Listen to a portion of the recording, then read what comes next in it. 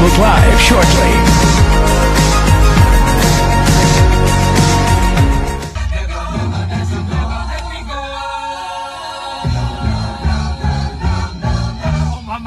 Mamma mia, let me go. Beelzebub has a devil put aside for me, for me, for me.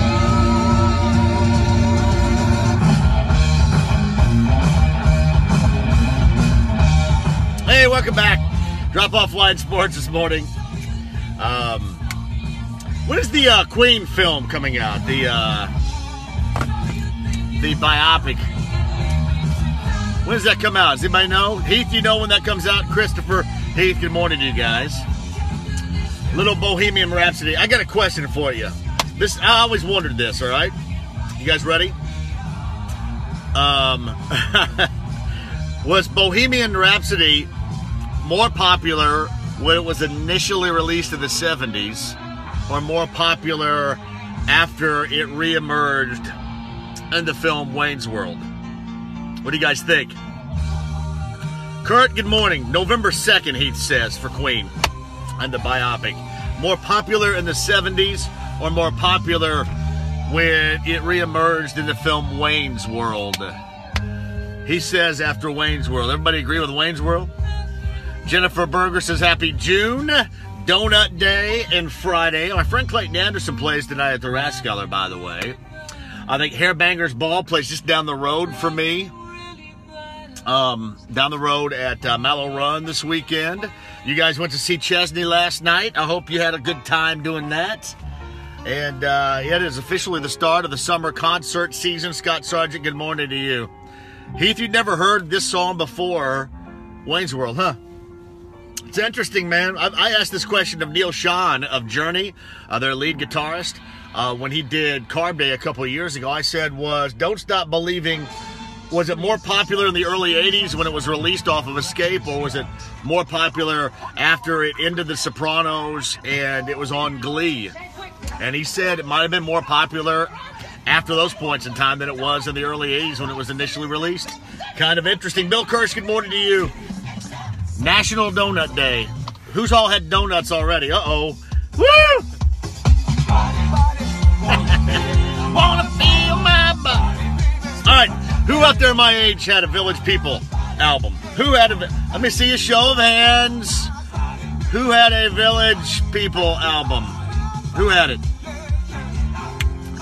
Oh yeah, we're going to get to the game one last night in just a second, by the way. I had the album Go West. I think the album Go West had what did Go West have on it? Did it have one? I don't know if it had YMCA or not. I had Go West. That's what I had from the Village People. Village People, man. Late 70s, the Village People were huge. Huge. But I had Go West. Look that one up sometime. Oh, Christopher had it too. Donuts and True Moon, man. That's awesome. Eric says 1992 Bohemian Rhapsody reached number 1 on the U.S. Billboard chart. 1976 reached number 9 on the U.S. Billboard chart. Per Wikipedia, man. There it is. Hello, David. Bill writes this. I completed the Westfield Donut Trail on my bike this morning, so I got free donuts from local donut shops. Nice. Joel McWaters, how many square donuts can you eat at one time? You know what's funny? Joel, I never ate square donuts at Indiana State, man. I know that makes me weird, but I never did.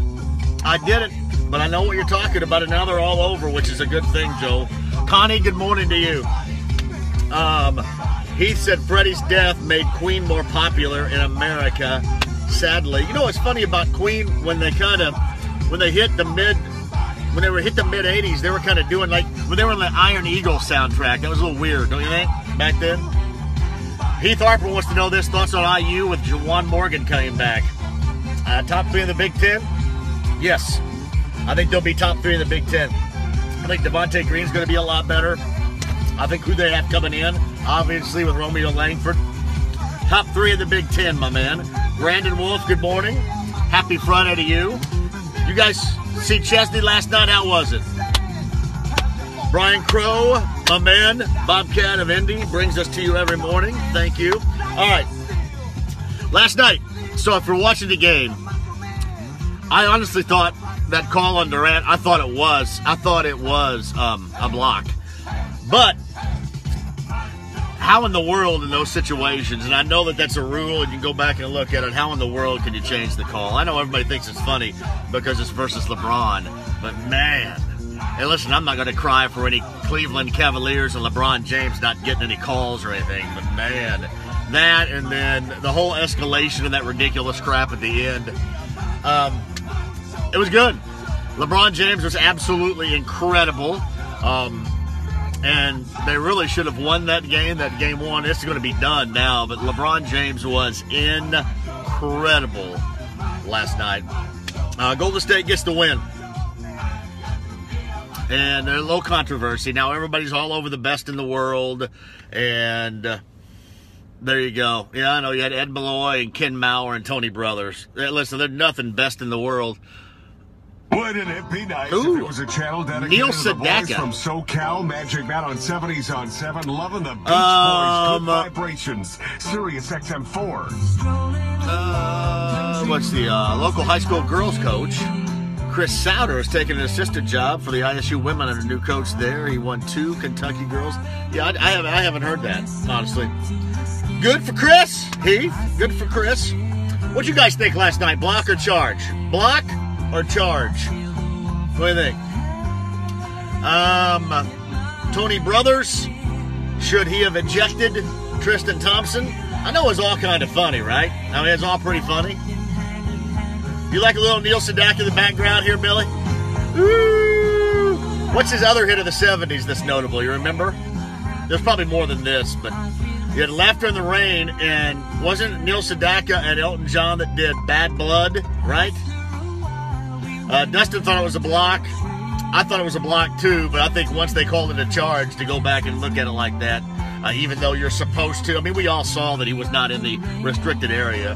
That just added to the confusion and makes the officiating look bad, and it makes the best in the world not look good. So that's just me. And by the way, I'm never ever getting off the best in the world stuff. Sarah, I know it's difficult. I know these are the best athletes in the world, and it's tough to officiate. But you got to be better than some of this crap, don't you? You got to be better than some of this crap. You just do. Best in the world. I hope they're the best in the world. I mean, hell, it's the best damn basketball league in the world, but are they? Jennifer writes this, Laughter in the Rain, we played in high school marching band field show. Yes. Yeah, the dreaded Blarge. My man Gary Hudson is in Salisbury this morning. Gary, good morning to you. I'm about 5 minutes away. By the way, Drop Off Line Sports driveway edition for the summer vacation. I'm going to get out here on the Toro coming up here in a couple of minutes and cut some grass before another round of storms come through here. But I got a big show for you later on today. Hey, IndyCar's back at it this weekend in Detroit. Tony Donahue, my producer, is going to go up there and check it out. Steve Reed, good morning. JMV from Iowa. Good morning to Iowa and Steve. Colleen wants to know where Laney is. Laney is in there right now.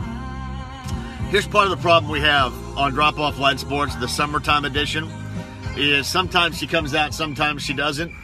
But I think this morning it might be a bit embarrassing if she does come out, because I think she's got the same clothes on that she wore for yesterday's Drop Off Line Sports edition. It's, summertime and we're not changing clothes too often or anything. I know. Todd wants to know how those Reds doing this season. Yeah. A little Steely Dan for you guys here. Could be worse. You could be putting on a roof on your house. Man, roofers are tough, dude. I know exactly what you're talking about there. I had a new roof put on my house last year, and those dudes worked it. Who likes Steely Dan? Thumbs up or thumbs down for Steely Dan here? What do you got? Heath says no Laney is lacking star power. I know it. They're both right there in the house, man. I said I got to go on here between 8:30 and 8:40. Who's coming? And nobody's waltzed out here yet, so I don't know what we're looking for. John Buzzard writes this, honestly hoping the Cavs will make a series of it. Thank goodness summer is here. Agreed. Hey 19, Heath Harper. Bill Kirsch, going to see them with the Doobies. That'll be a good time, no doubt. Heath Bartlett, I just began my Steely Dan collection last week. Well done. I saw I saw Steely Dan. This is probably now 5 years ago. Steely Dan played at the Mirage, Old National Center, and that's obviously when Walter Becker was still alive. And it was one of the best shows ever. It was one of the best shows ever, and I love watching it at the Mirage. I sat in those seats, you know, the upstairs at the Mirage, the balcony, and there's nobody in front of you. Awesome seats. It was a great show. Great show. Emax, good morning to you, buddy. Yeah, you know, it's funny. Back in the day when I was younger, I didn't dig on Steely Dan too much. Is Steely Dan just kind of an acquired taste? Is that what it is? Is it one of those things where when you get older, it's better? That's what I thought. I'm going to start doing some drop-off line sports, too. I think I'm going to do it from the back deck at some point next week and see what happens there. But, yeah, so we got, this weekend? We got Indy. There's somebody pulling the driveway across the way over there. There's a truck. Hello. You got Indy in Detroit, IndyCar in Detroit. You have Game 2 is not until Sunday night, and we can discuss all that went on last night ad nauseum, which should be fun later on today. And, man, we get to celebrate. June is here. Summertime is not officially here, but it is time to celebrate with a little summer fun. I don't think there's any doubt about that. JMV, I'm looking forward to getting more of their albums. Man, I like Steely Dan. I didn't like Steely Dan until I was much older, though. I mean, honestly, back in my 20s, if somebody were to roll out FM or... what the hell's going on here? Some movers rolling down the road here. Oh. Somebody's backing in over here. We got some stuff happening. Boating season, I am going to boat down at Lake Monroe at some point this year. I'm going to boat at Lake Monroe. I'm going to camp out at Boggs Creek, and we're going to go to Patoka for a weekend. Here's my key. We sit in during the wintertime, right? Every single weekend, and what do? We sit and whine about how we'd rather be outside. Don't waste one weekend if you can, man. I'm not wasting one. I'm going to be doing something every single one. Now, I get to go to GC, cut my mom's lawn, do stuff like that, but around that, am going to be having fun. You think I'm getting repoed, Covey? I might be getting repoed. I don't know. You like to... My man's trying to back in there, the driveway over there. I don't know if that's working for him. Steve, good morning to you, my friend.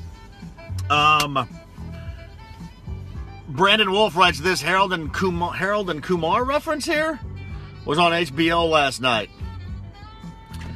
You know what? I watched a little hoopage, and that was about it. I watched a little hoopage. That was about it. I thought. Listen, I was entertained. Listen, I'm not rooting for either team. I do like watching Golden State play. I can't stand watching Draymond Green. Draymond Green, if he's on your team, I'm sure you love him, but he is the biggest pain in the ass. I can't stand watching him play. I mean, this stuff he was doing, I mean, he instigated the entire thing. Tony Brothers made the thing ridiculous, though, by ejecting Tristan Thompson the way that he did. But I'm sorry. It'd be great if Draymond Green was on your team, helping your team win. But between... barking at the officials and just being Draymond Green, it'd drive me nuts. I can't stand watching it. Yeah, Lake Monroe, man. What do you guys think? Lake Monroe sometime this summer? Patoka sometime this summer? Warren Dissler is listening in Evansville. I love Vandenberg County. You know that. My man on XM7, he forgot, I think, to take off the mute on his microphone or something because there's no talking going on. Something's going on Sirius 7. I love Evansville. Love it. What else do we have left? Oh, I know what else. Here's one more thing, guys. One more thing that kind of started a debate on my Twitter handle. So yesterday was Clint Eastwood's 88th birthday. And Clint Eastwood has been doing films forever. Acting, directing, producing, whatever. Now, there's a guy walking down there, right? What the hell's going on around here? Maybe I am getting repoed, Covey. We got a lot of people. We got some dude walking down there right now and everything. All right. I gave my top five Eastwood films. And he can be acting or he could be directing. My top 5 Eastwood films. Did not include a Dirty Harry. It's not like I dislike the Dirty Harry films, but my top 5 was Outlaw Josie Wales, if I can remember these accurately. These may not be in order. Outlaw Josie Wales, Gran Torino was in there. I love The Gauntlet. I think I'm the only one that does love The Gauntlet. Play Misty for Me was one, and I can't remember what the hell the other one was now. But it didn't include any Dirty Harry films. It didn't include Unforgiven, and that's my bad. Didn't include Pale Rider. The Good, the Bad, and the Ugly was number 5. The Good, the Bad, and the Ugly was on that list too. Man, like, I love bare-knuckle brawling films. I love Every Which Way But Loose and Any Which Way You Can.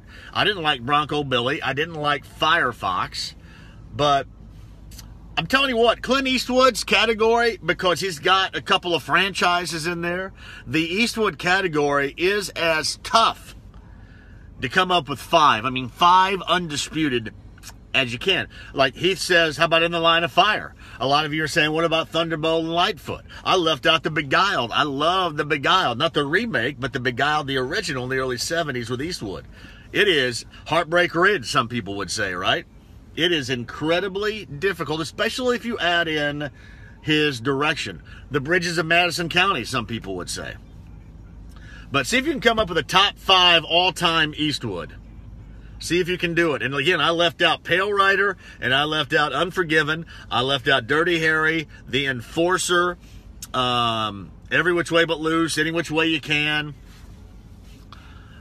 Joe Kidd. I left out all the spaghetti westerns other than The Good, the Bad, and the Ugly. High Plains Drifter's not in there. For a Few Dollars More's not in there. Hang 'em High's not in there. Tough. Come up with 5 for me. Come up with 5, and then we'll debate and argue about this. It was all over my Twitter last night. People were calling me stupid, and I love Gran Torino. And you know, remember, he directed American Sniper. So if you go acting's difficult enough, but if you go acting and directing, I think it's absolutely impossible. Good morning, Pete. 2 mules for Sister Sarah. Absolutely. Hell, I just watched The Beguiled the other day, man. It's good. Play Misty for me. Play Misty for me is a little bit shaky, and here's why. It's about a DJ. It's about a DJ that gets a stalking fan, in this case a woman, who ends up at the end killing him. But Clint Eastwood being a jazz DJ is a little weird, a little awkward. So that's probably shaky in the top 5. I think I'm going more for the theme and the subject than I am for Clint Eastwood being a great jazz DJ of the early 70s. But anyway, it's on there. So your top 5 Eastwoods, that is your project right here, and send them to me. If not right now, at some point throughout the weekend, your top 5 Eastwoods, and we can go actor and we can go director if you like to. What about Mystic River? He directed Mystic River, right? Paint Your Wagon. What about that? I mean, it is endless. 5 may not be enough, but I'm going to ask you to make the tough calls. Tough calls on 5. Give me 5 Eastwood, the 5 greatest Eastwoods of all time. Again, mine, The Good, the Bad, and the Ugly, Gran Torino, The Gauntlet, Outlaw Josie Wales. Play Misty for me. And Play Misty for me is the shaky thumb right there.